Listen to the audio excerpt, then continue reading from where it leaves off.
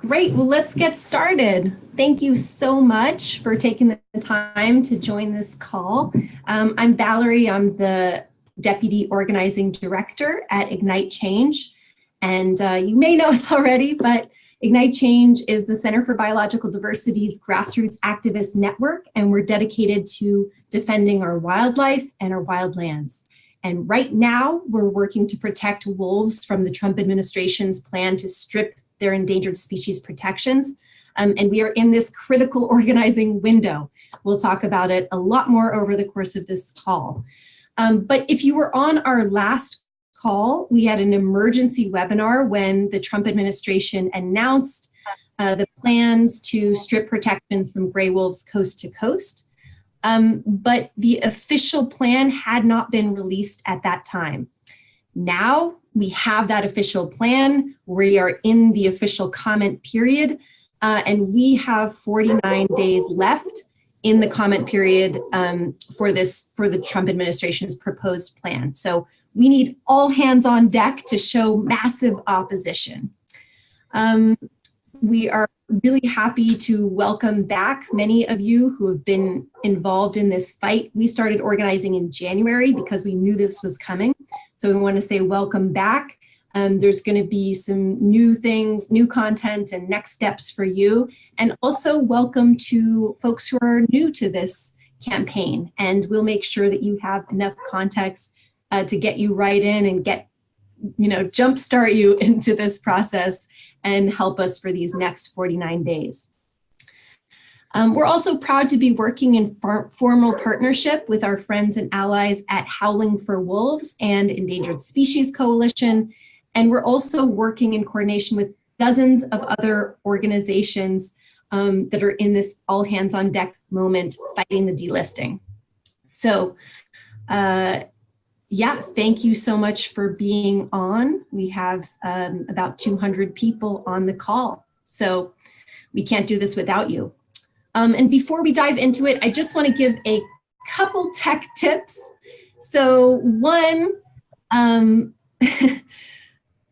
there is a chat box, which many of you have found, but if you are in the Zoom app, like if you see your computer window with us talking to you, go to the bottom of that screen and some icons should pop up. One of them is a chat icon. So I see many of you are already there, but it's a great place that you can just chat during the call, introduce yourself right now, tell us where you're calling in from. We have folks from all over the US on the call, and I think we usually have some folks from beyond the US. So, and anyway, you can converse there.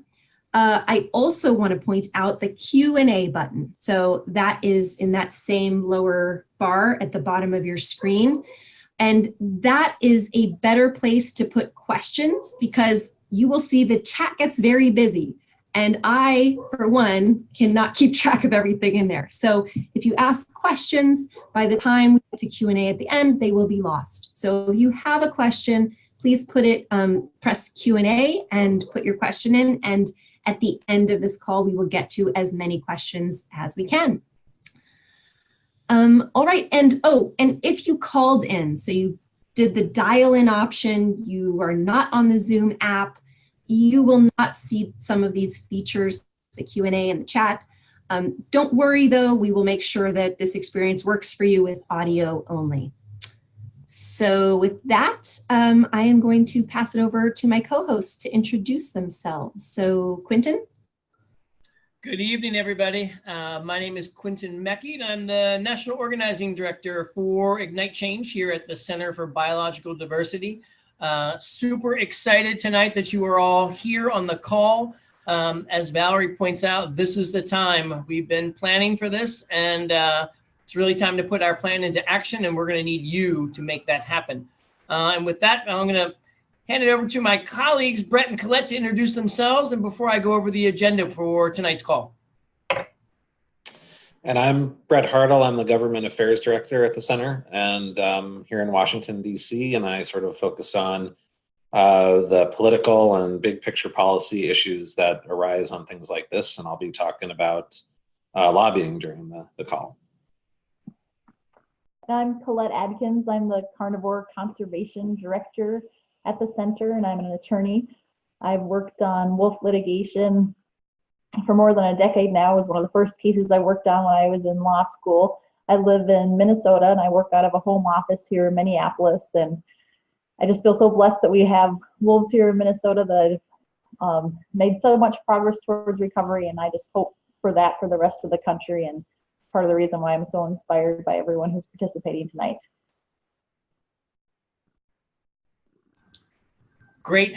Thanks, Brett, and thanks, Colette. And I'm just going to give everybody a little overview on tonight's agenda, just so everyone understands sort of how the flow of the call will go. First thing we're going to do is we're going to go over the latest updates on the issue. As Valerie mentioned, I know some of you are new to this campaign, and this is your first Call of the Wild webinar. So we're going to make sure that you are plugged into what's actually happening. We're going to give some detail on what the plan says, what's wrong with it from the Trump administration, and the process moving forward.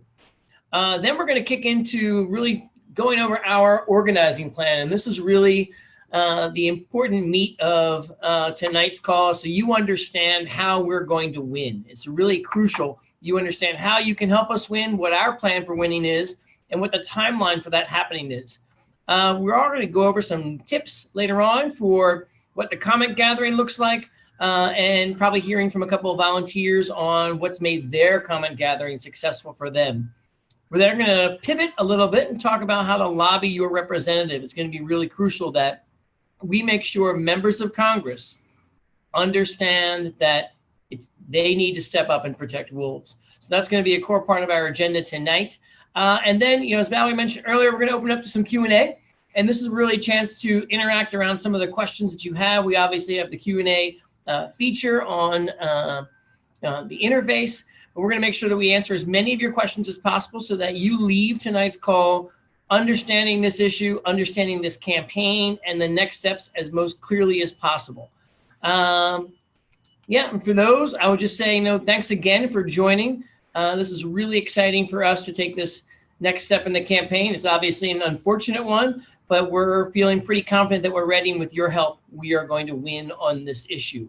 And with that, I'm going to turn it over to my colleague, Colette, and she is going to walk you through the official plan and what's wrong with it.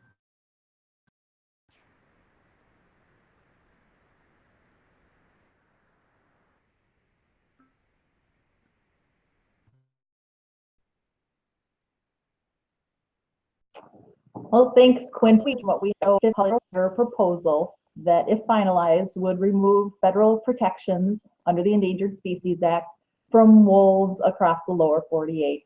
Now, to be clear, the rule doesn't affect the status of Mexican wolves, which are found in the southwestern United States, and those are separately listed, or the red wolf, which is also separately listed in the southeastern United States. And most of us understand that wolves in the northern Rocky Mountains already lost protection. So what's really at stake is the Great Lakes region, and then places where wolves are already making some progress but have a long ways to go, like in the West Coast states. And then some areas where we don't have wolves yet, but we could, like in the Southern Rockies or in the northeastern United States. So with the publication of the proposed rule, the Fish and Wildlife Service has opened a public comment period. Right now, the deadline for comments is May 14th. Now, we've asked for an extension of that. I'm not sure if we'll get it or not, but we're moving forward, assuming that we've got a May 14th deadline. Now, of course, a big emphasis of this campaign has been gathering those comment cards, and we'll be sure to get those delivered as part of our campaign here. But you can also comment directly to the Fish and Wildlife Service. You can go to regulations.gov, and there'll be a search box there. You can just type in gray wolf, and I'm sure you'll see the open comment period on this proposal. So if you'd like to submit your own comments, you certainly can do that as well directly to the Fish and Wildlife Service through regulations.gov. Now, the proposed rule does not offer any public hearings. But we've requested several public hearings. We've asked in writing that there be public hearings in DC, Sacramento, Portland, Minneapolis, and New York. And if we don't get any of those formal, official public hearings, the Ignite Change program will make sure that we've got some informal hearings set up so that we can have this outlet for folks like you to tell the Fish and Wildlife Service what you think about their plan. The other thing that's happening during this comment period is that scientists are going to be weighing in on the proposal. This is a requirement that the Fish and Wildlife Service does. They put out their proposal to peer reviewers, experts in wolf biology, hopefully. And we saw this last time when they tried to remove wolf protections from the lower 48. They put out a proposed rule. And part of the reason why they didn't finalize that is because of objections from the peer reviewers. So the long story short is publication of this proposed rule has set in motion some process here. Hopefully public hearings, certainly the public comment period, review by scientists. Now, like I said, the rule didn't surprise us. It was what we had expected. One thing that I just want to highlight is for folks that really want to deep dive into the wolf status, the threats that the wolf faces, the various state management plans that affect the wolf, the actual rule, proposed rule, would be worth a read. And you can find that on regulations.gov in the, just open what they call the docket for the gray wolf rule, and you'll be able to find a PDF of the proposed rule there. But I want to save you the trouble if you don't want to have to go through and read that yourself. I spent the last couple days working through it myself. I'm going to be on the legal team that ultimately opposes this rule if it gets finalized, and I'm starting to think through what are the big problems with the rule. So I want to share with you two big thoughts about what's wrong with this proposal. So the first is that the Fish and Wildlife Service basically says that having wolves in the Great Lakes is good enough. They say almost nothing about the northeastern United States, where lots of suitable wolf habitat exists, or the southern Rockies. And in the West Coast, where we've got small, struggling populations of wolves, the Fish and Wildlife Service says we don't need wolves to be recovered there either. And they use this really backwards reasoning to say that because there's so few wolves in the West Coast states, that means they're not important to the wolf population at all, and it doesn't matter that they're not fully recovered there. So that's a problem. Our position is, and the Fish and Wildlife Service needs to hear loud and clear from us, that having wolves just in the Great Lakes region isn't enough. The Endangered Species Act requires more, and we want more. We want to have wolves in our woods. And the second big problem is that even within the Great Lakes, the Fish and Wildlife Service endorses really horrible state management plans that would result in a lot of dead wolves. So, for example, in Wisconsin, which has about 900 wolves now, the Fish and Wildlife Service seems perfectly fine with a state management plan that would actively manage wolves down to just 350 wolves. And in Minnesota, where we've got wolves in almost all the suitable habitat in the state, and we've got about 2,600 wolves now, the Fish and Wildlife Service said that the state agency could wipe out wolves in 2/3 of the state and reduce its population to just 1,600 wolves, and it would still be perfectly fine under the Endangered Species Act. So in short, what the agency is saying is that it's okay that we only have recovered populations in the Great Lakes, and in fact, you could kill a whole lot of wolves in the Great Lakes and the wolf would still be doing just fine. We think that's wrong on the science. It's definitely wrong on the law, and our goal here is to first just convince the agency to not go forward with this awful proposal that's illegal and would be disastrous for wolves and wolf recovery. But if they do go ahead and finalize this rule, rest assured that we'll take it to court, and I'm quite confident that we can set it aside. So that's the background that I wanted to share with you. And this is Brett again. I think I'm up next to just sort of go over, so it's totally clear to folks what sort of happens in this process and what happens next. As Colette mentioned, we are now in the 60-day comment period. We have requested a 30-day extension. I'm probably not optimistic that they're going to give us one. The Trump administration has generally turned them down. So May 14 is the deadline to receive comments, personalized comments, email comments. We're going to be working on both of those. We've sort of talked about those plans before. And then really, to me, the most important thing is what happens after the comment period closes. We're going to do our best to flood Fish and Wildlife with comments, but that doesn't mean our job is over. Because often, and this was the case the last time we fought this off in 2013, it's the pressure that they receive afterwards that also matters. They hear from stakeholders, they hear from the states, they hear from scientists, they hear from Congress what they think, because the decision-making usually takes about a year before we finalize a rule. So there is a chance, it is the Trump administration that in about a year, they will come out with a final rule and they will delist wolves and end protections for them. And if that's the case, we will go to courts and we will fight that fight. And, we think we're going to win.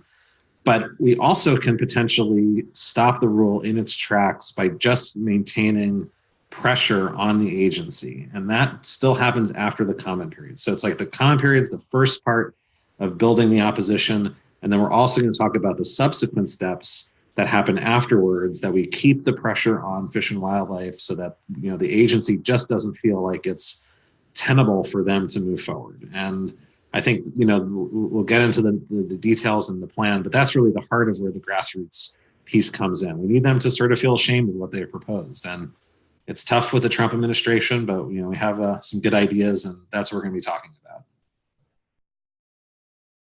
All right, so let's talk about what that looks like.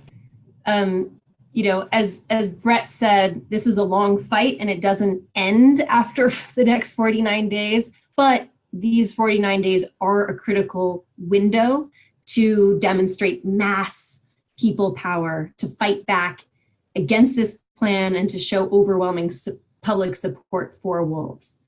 So our overall strategy is, one, to show massive public opposition for the plan through comments and publicizing the amount of those comments. And second, we want to generate media coverage to educate and alert more people to this crisis and elevate pressure on decision makers.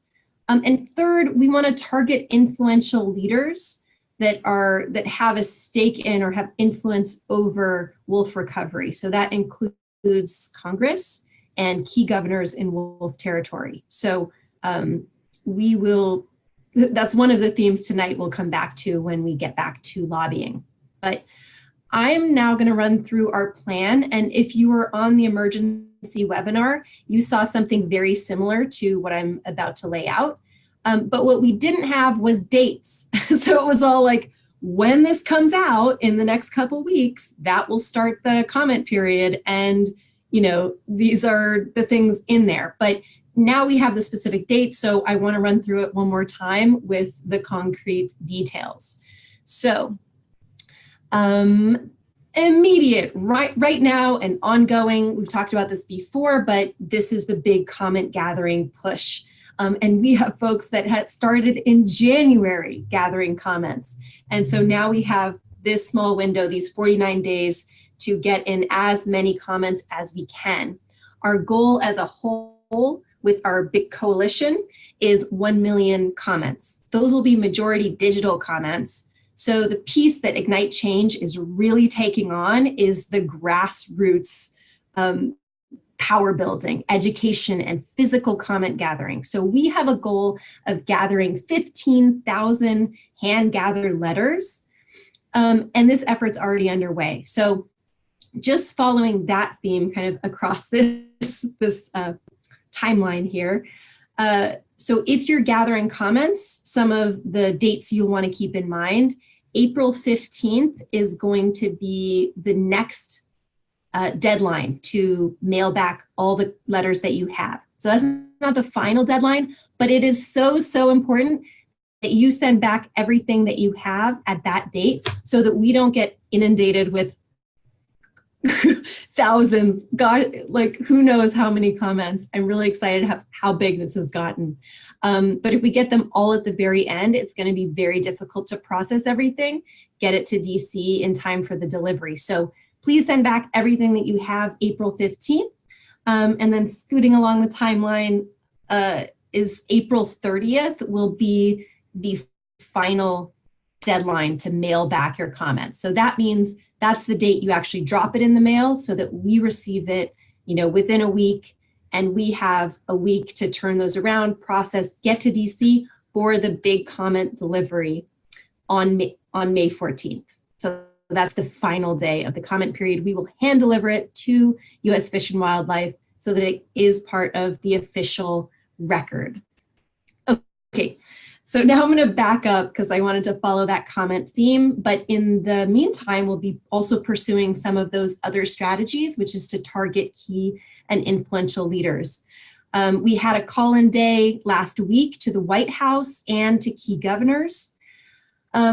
We will be lobbying. So I'm going to come back to that. But the window for that will be April 15th to 26th will be a main coordinated push around lobbying. And that happens to be the week before and after Earth Day. So it's a good Earth Day activity to do. And it also lands on the congressional recess. So it's good timing for a number of reasons. Okay, final thread I want to come back to is the hearings. So as Colette said, there are no public hearings planned. We've requested them, or we are requesting them with a number of other groups. And basically sometime in late April, we will either know we have some public hearings to organize protests around and flood those hearings, or if they don't, we're going to be organizing community-led hearings. Like if they are not going to create the space for our voices, we are going to make it ourselves. And we'll invite media and, make hay over the fact that they are shutting the public out from this process. Okay, so I think that covered it. Again, it's all leading up to the finale on May 14th, the end of the comment period. But as Brett said, of course, that's not the real end. That's just the end of this sprint, and we will be keeping on them until we kill this proposal for good. All right, let me stop that share. So there are two parts of this plan that we're going to go into a bit more detail on for this call. So the first is on comment gathering, and the second is on lobbying. So especially for new folks, I just want to talk a bit more about comment gathering, but we also will hear hopefully some new tips and ideas for those who are already involved. So let me get into that. First of all, why do comments matter? So I have folks asking me that, even people who have been gathering them for a while, they're like, I just keep getting asked, why do these matter? And I have a couple answers. So one, in 2013, Brett mentioned this, but there was an effort to, similarly, a national delisting effort, and there was a mass flood of comments that was actually a major factor in slowing down and eventually stopping that proposal from moving forward. So it is possible that if we generate enough public opposition, we could stop this proposal before it gets finalized and before we have to take it to court. So let's try for that.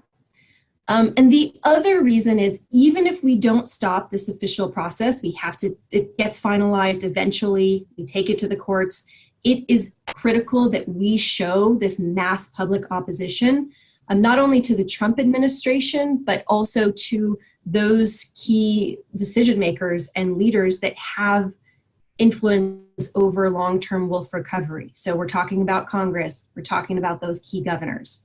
So we need to show that mass opposition for all of those reasons. So that's why those comments matter. Okay, so we already talked about, we have a goal of 15,000 comments. We already have 4,000 that have been returned to us. So great work, and thank you for all the people who have been hard at work gathering comments in your community. And since the announcement was made just a few weeks ago, we have sent out over 800 more packets. So all told, we're well over 1,000 packets out and 1,000 people out there gathering comments. So it's really impressive. And even if just a fraction of folks do their part and follow through, I think we're gonna blow through our 15,000 goal. So we might have to increase that down the way, but we're doing an awesome job is what I wanna emphasize. And just a quick shout out. So if you are new and you're not already gathering comments, you can request a packet and we will send you 100 blank comment letters for you to get filled out. We'll send you a guide on how to do it and we will support you along the way. So Harrison is going to share that link in the chat to request a packet. And this also goes for if you're already gathering comments and you need more, please fill that out. But if you don't need more, please don't fill that out because we will mail you a packet. So only for people who really need them. Okay, and finally, I'm just going to call on a couple volunteers because we actually have this new folks that are stepping up into leadership positions in the campaign, and they've been mentoring and giving tips and ideas to some of the new folks coming on. So I want to highlight a couple of those people and have them share some tips and strategies that have been successful for them right now, just to give you more ideas of, as you're out there, what you can do. So here we go. First, Camilla, I am going to unmute you. Or you may have to unmute yourself from here. Yeah. Okay, yeah. Can you hear me? Yes. Okay. Yeah, my name is Camila. I live in Southern California.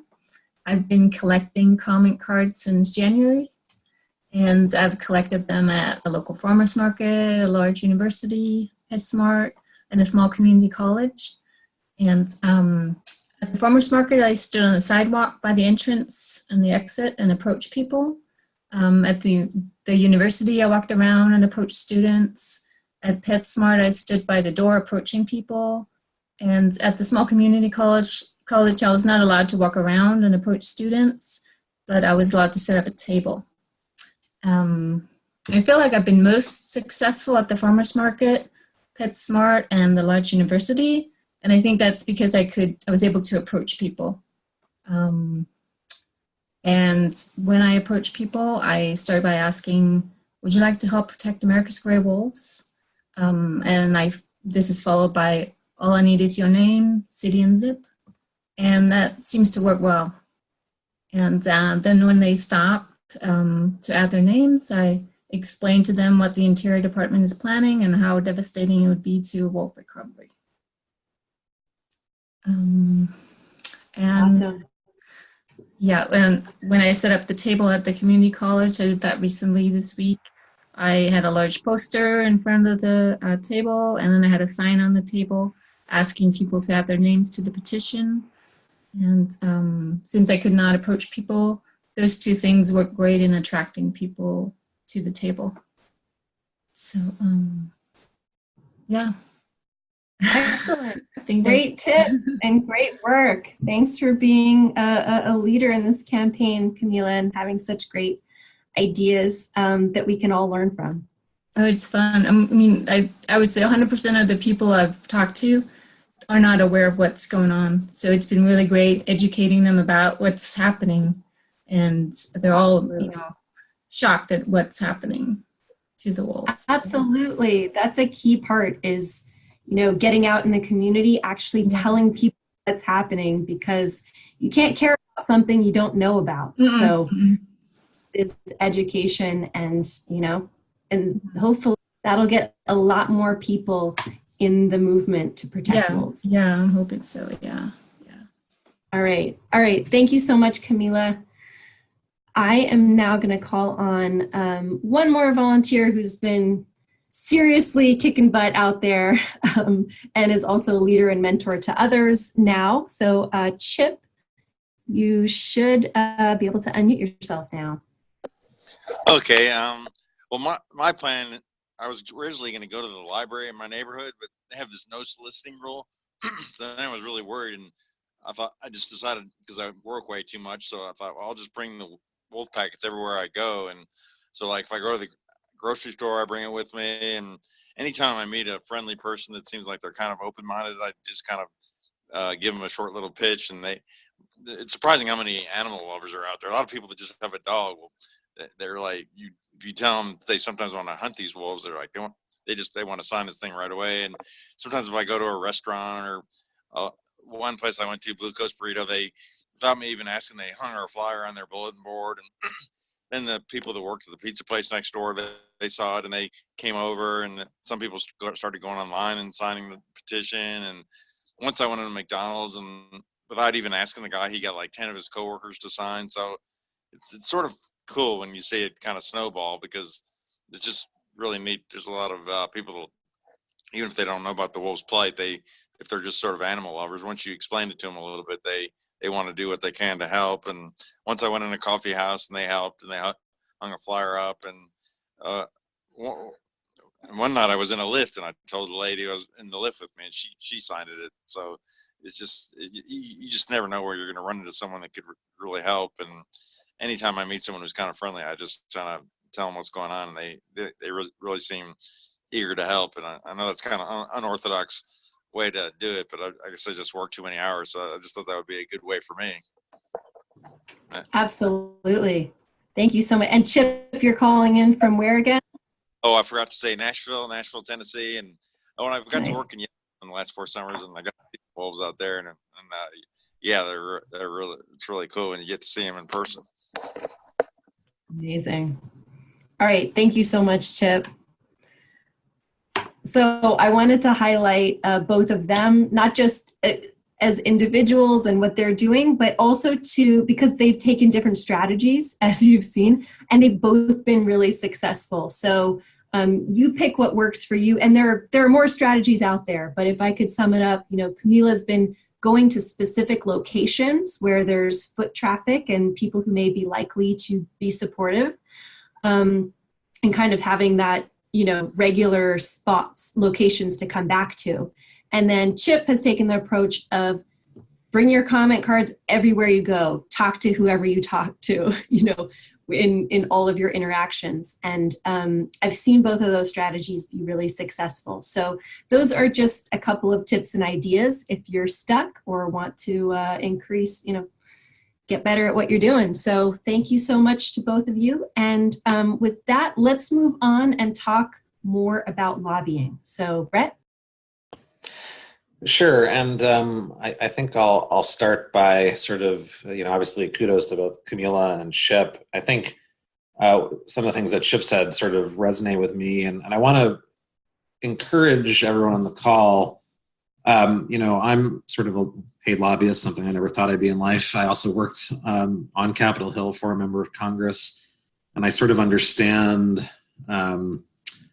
what resonates and what doesn't with members of Congress. And it's really important for folks to just understand and appreciate that even though everyone on this call really feels deeply about the issue, members of Congress hear from so many people on so many different topics, they might not actually really know what's going on.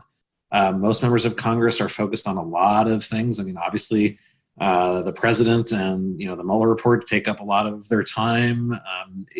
It's really critical for members of Congress to hear that people in their districts care about an issue. And really all lobbying is, and at its most effective, is people coming in and talking to their member of Congress or their staff in person. You don't have to be an expert. You don't have to be, super polished. They just want to know where their constituents stand on an issue, because ultimately they usually want to get reelected. And on an issue like this, building congressional support is really important, because if Fish and Wildlife feels like there's too many members of Congress that are aware of the issue and have deep concerns, that will give them pause. It might make them reconsider. It will almost certainly slow them down. And the best way to have members of Congress appreciate that people really care about an issue is going in person. It's like basic psychology. You know, an email to your member of Congress is better than nothing. A phone call is always better than an email because it shows an investment of time. But showing up in person, talking to a staffer, talking to a member at a town hall, or just trying to get a meeting with them is the best way, and it's the most old-fashioned, but it really is the key to getting their attention. And if we can reach out to enough members of Congress and make them aware that this is a really big deal and a really big problem, that is a huge part of our overall sort of tactic of slowing them down and stopping them before we get to that final rule stage, which then we have to go to court, and that's, you know, a tough fight. So it's not hard. All you really got to do is be willing to just go in and sort of speak, you know, from your heart and tell them why you think something is important, and tell them why you think what is happening is bad. We have, you know, some specific things that you can do, and we will sort of prep you on the details of, you know, how to set up the meeting, what to say, you know, what your potential ask could be. A few of the details we are still working on, because, you know, Earth Day is still a few weeks out, and we are working on it. But we are, you know, sort of building all of the support so that you know what to do to go have a meeting. And I encourage you to do it. I mean, it's sort of like a nice way to participate with, you know, your member of Congress. So I guess, like, in a very basic sequence, I'll just say this. It's super important, and we certainly, you know, we'll be excited to get as many people going into as many different offices as possible. At some level, it really doesn't matter if your representative is supportive or opposed to this. They should still hear from you, right? If you have a member of Congress, your representative, who's very pro-wolf, they will want the positive reinforcement, right? They will want to hear from their constituents that this is important. And if you happen to live in a very red district with a member who's very opposed, they should still hear that, right? They should hear the other side. And there are members on the fence who don't know it's important or think it's important. They've got lots of other things on their mind. They also should hear about this issue. So I don't know how much detail Valerie wants us to go into in terms of, like, how to set up a meeting. It's not that difficult. We will have resources online. Basically, you just call their office and ask to talk to someone, and they will generally accommodate you because they are sort of in the constituent services business. And luckily, we're timing this for when the members will be back in their home districts. There's no congressional work. And they are basically there to hear from their constituents. So, you know, we will give you all the resources so you will know, does my member of Congress, does my senator support or oppose wolf delisting, what they've done in the past. Depending on the exact timing, we're hoping that there will be congressional sign-on letters where members of Congress themselves are writing to Fish and Wildlife, telling them to oppose or telling them to stop what they're doing. And if that's circulating at that point, you know, we don't control when and what Congress does, but hopefully by then you can say, you should sign on to this letter also opposing wolf delisting. We will give you all of the specifics you need to not only have a successful meeting, but a fun meeting. That should hopefully be sort of affirming and a good exercise to do. So I'm really excited. There's so many folks on the phone for this.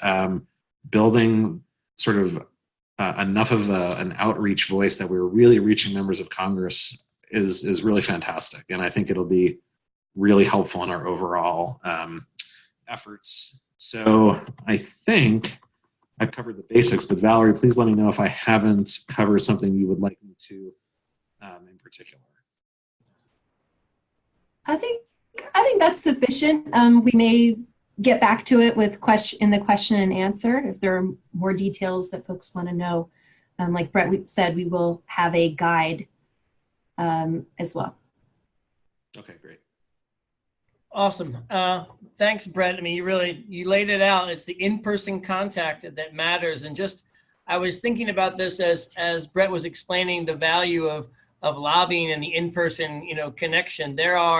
We've had on this call tonight, I think close to 270 people, 260, something like that. There are 435 members in the House of Representatives. So we are halfway there just based on this call, if everybody on this call said yes, that they were going to meet with their representative, assuming there was no duplication of members.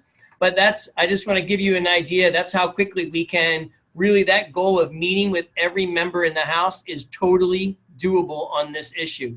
And as Brett pointed out, there's so many issues that members of Congress deal with that the value of hearing from you and talking to them about why protecting wolves is important is going to be really crucial to this effort. So even if you've never lobbied before, maybe you've considered it, but you've been a bit nervous, you're not sure how to do it, this is your opportunity. If it's outside of your comfort zone, feel free to take a step forward because we're here to help you. And quite frankly, this issue and the wolves need you to do it. We'll teach you how to do it. We'll support you every step of the way. And really make sure that your meetings with your reps go well. And before you know it, as Brett pointed out, he never thought he'd be a lobbyist. You could say to your friends after the fact, you know what, I'm of course sort of a wolf lobbyist after this is all over. So after this call, we'll send you a guide with voting record of your reps, a how-to guide, talking points, a one-pager to bring to the meeting to make sure that you're hitting the most important parts, to make sure the member of Congress understands sort of this issue and where this campaign is coming from. And we'll help bring other people to your meeting if you'd like that. We have a really amazing feature on the Ignite Change website, which is ignitechange.org. We have a map, a national map. And so if you schedule a meeting with your representative in Congress and you think to yourself, you know what, it's just myself, I'd like somebody to go with me, we'll put that event on the map and we'll get other people in your area who are also wolf lovers to come with you. It's really an amazing feature that we offer, and it really helps connect people to those in their community that share same interest on the issue. So every step of the way, we are here. In a second, I'm going to launch a poll, and the goal of this poll is to really get a sense right now out of the 260, 270 folks in this call right now, how many of you are willing just to say, yes, I'm going to do it. I'm going to take that step forward. And I'm going to lobby for wolves. So you should see a pop-up screen on come up, and it has a yes or no. And will you set up a meeting with your congressperson to lobby for wolves? We're doing fantastic. We're getting close to breaking 100 already. This is the response we were hoping for. Thank you so much, everybody. We'll give a little more chance here. We've had over half the people have voted, so if you haven't had a chance to vote, feel free to give us a yes, or if you have to, give us a no. We'll take the support. We're now up to 120, everybody. So I just want to say fantastic job for stepping forward to meet your rep. This is going to be a great opportunity. We've got about 60% of folks voting so far. I'll give us about maybe 30 seconds. So if you're feeling a little, trigger shy on the mouse, this is your chance to say yes, and we're going to help you every step of the way make this a success.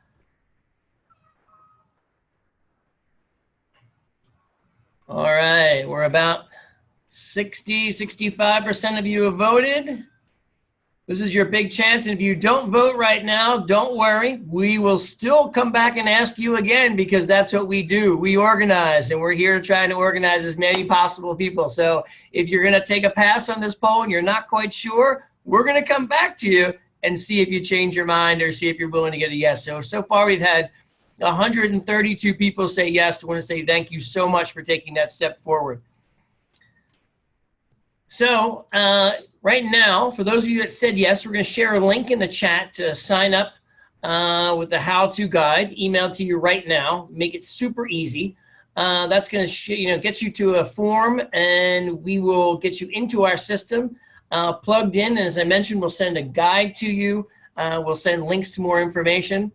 And then the only thing you would need to do after this is to call your rep and set up a meeting sometime between April 15th to the 26th. That's the goal of our window there, as Brett pointed out. We know that this is a time when the representatives are actually going to be in their district. So this is a crucial opportunity. If you can't get a meeting in that window, and if you're talking to the constituent services person, at the office, and they say, hey, we can't do something within that period of time, take whatever they give you. It's actually more important to have a meeting than no meeting at all. But that's going to be our goal. So thank you so much for those of you who had signed up. This is really going to be a super important effort for us, and we'll come back to you tomorrow with the email, more information, the guides, and be in touch to make sure that you get as much support as you need to make your meetings with your reps a success. And with that, I'll turn it over to Valerie, and we'll do a little Q&A. All right. I am just sifting through some of these questions. And there are a lot of them. So first of all, we have 12 minutes left in the call, and I really apologize, first of all, that we will not get to, wow, we have 69 questions in the Q&A.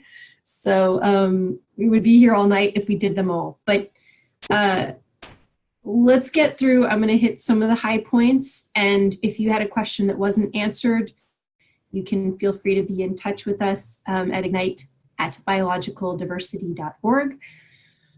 But let's tackle what we can. So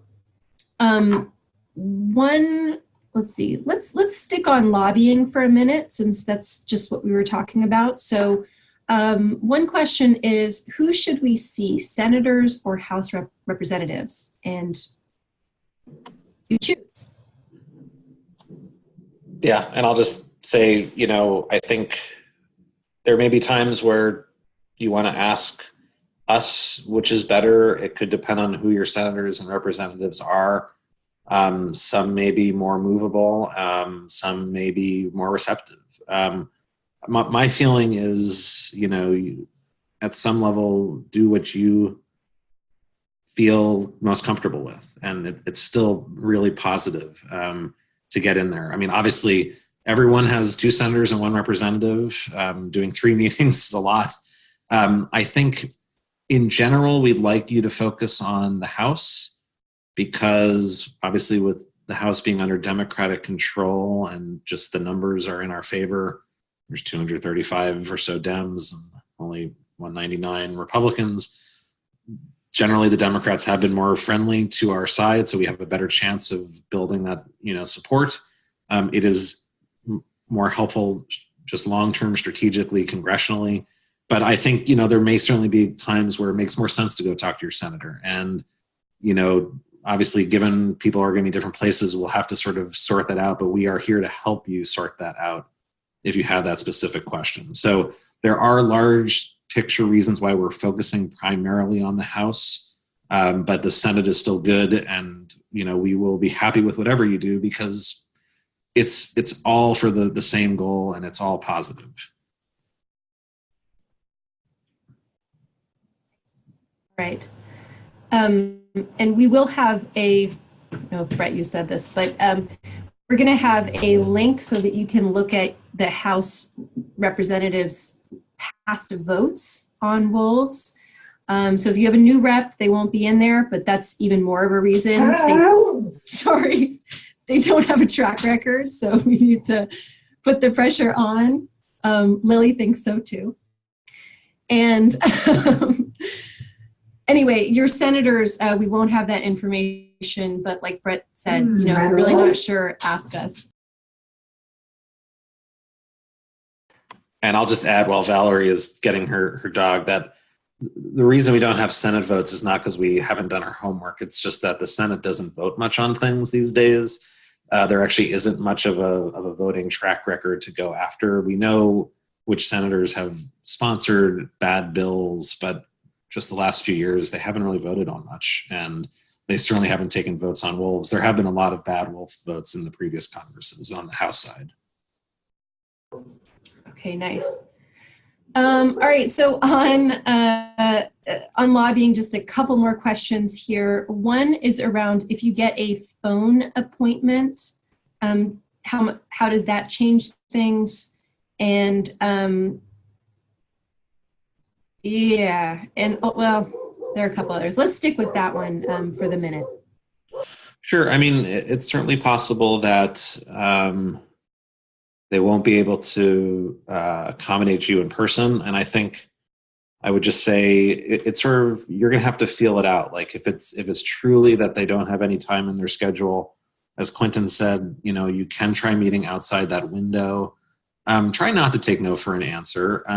It could be the case for a minority of districts, that maybe they're just totally opposed and unwilling to talk to you because they're just totally in the wrong camp. And then I think you just make the decision about how you want to proceed.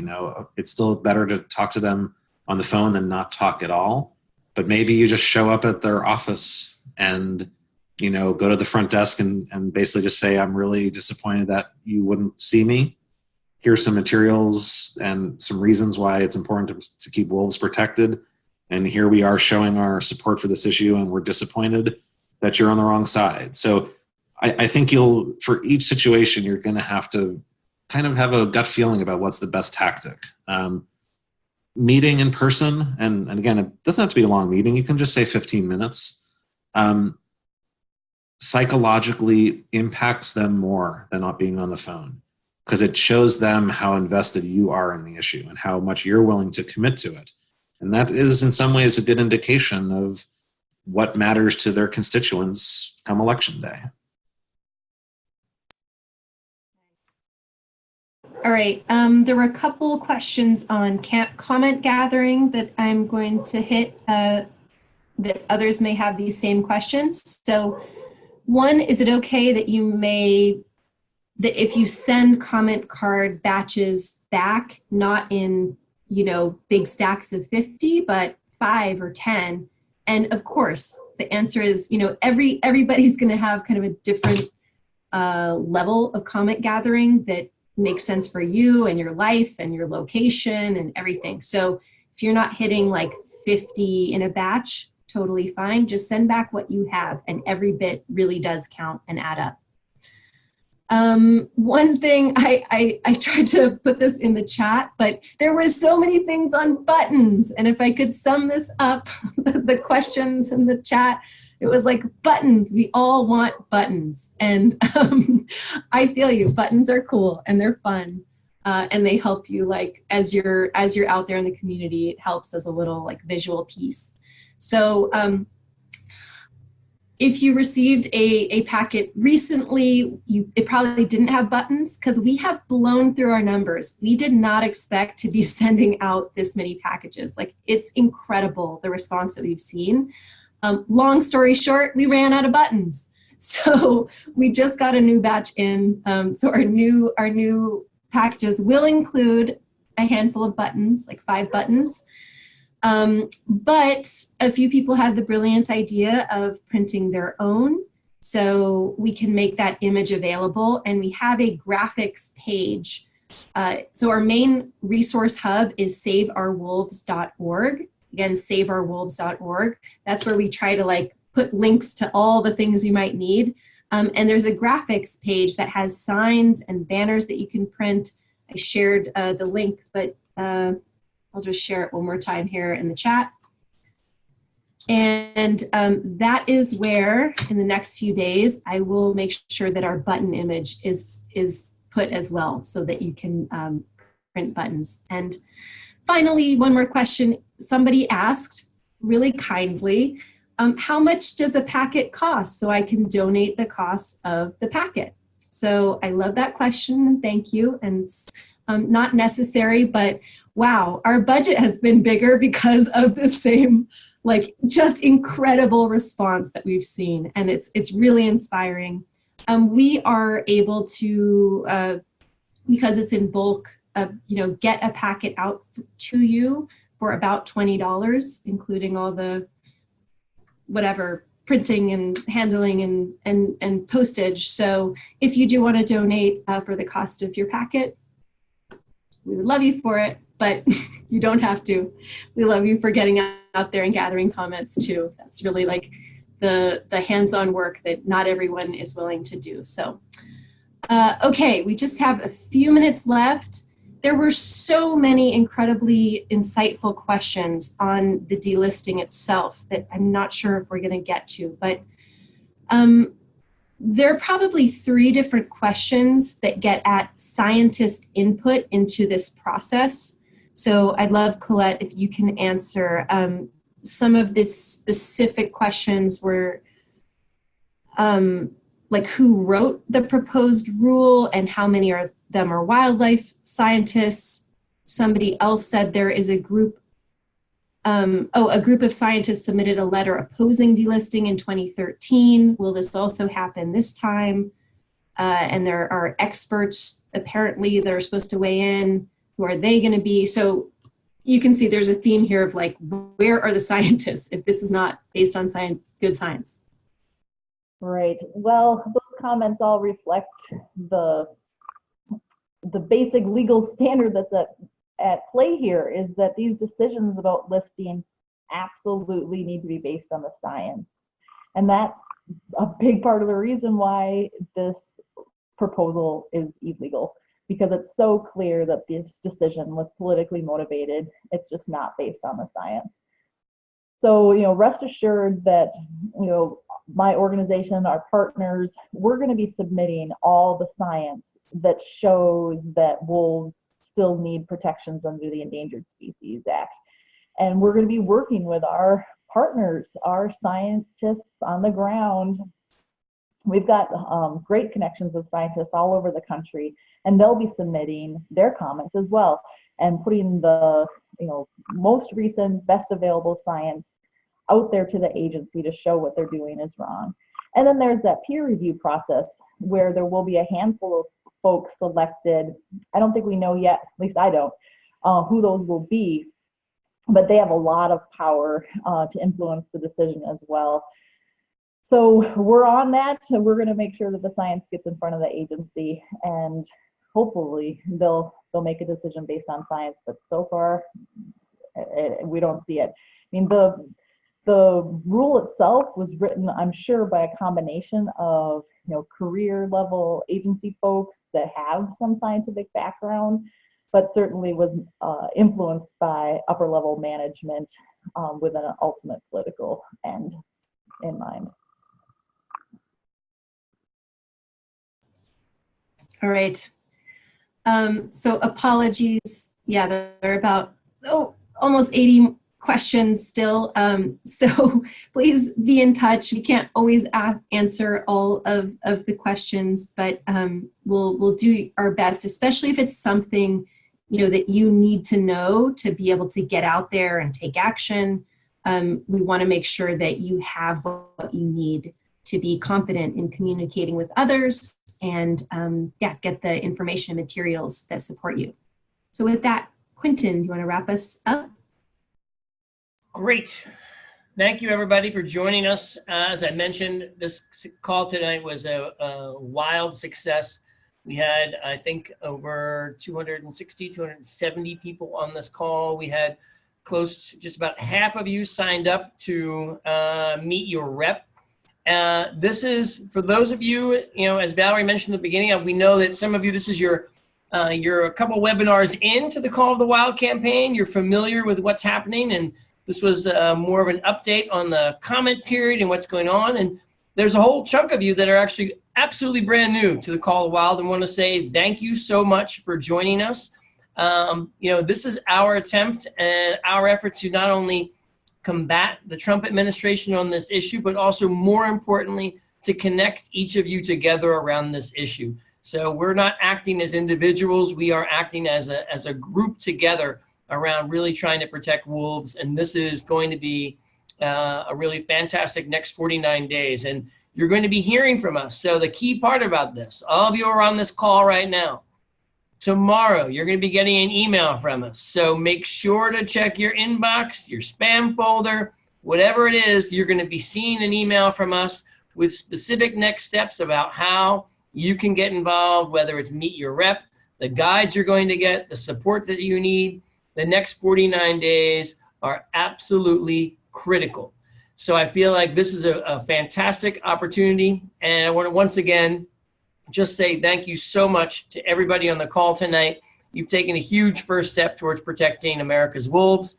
And we look forward to connecting with you over email and following up with you to make sure that your meetings with your representatives are a success and they hear your voice to protect America's wolves. Thanks again so much, everybody. Take care. Have a good night. Thank you so much and good night.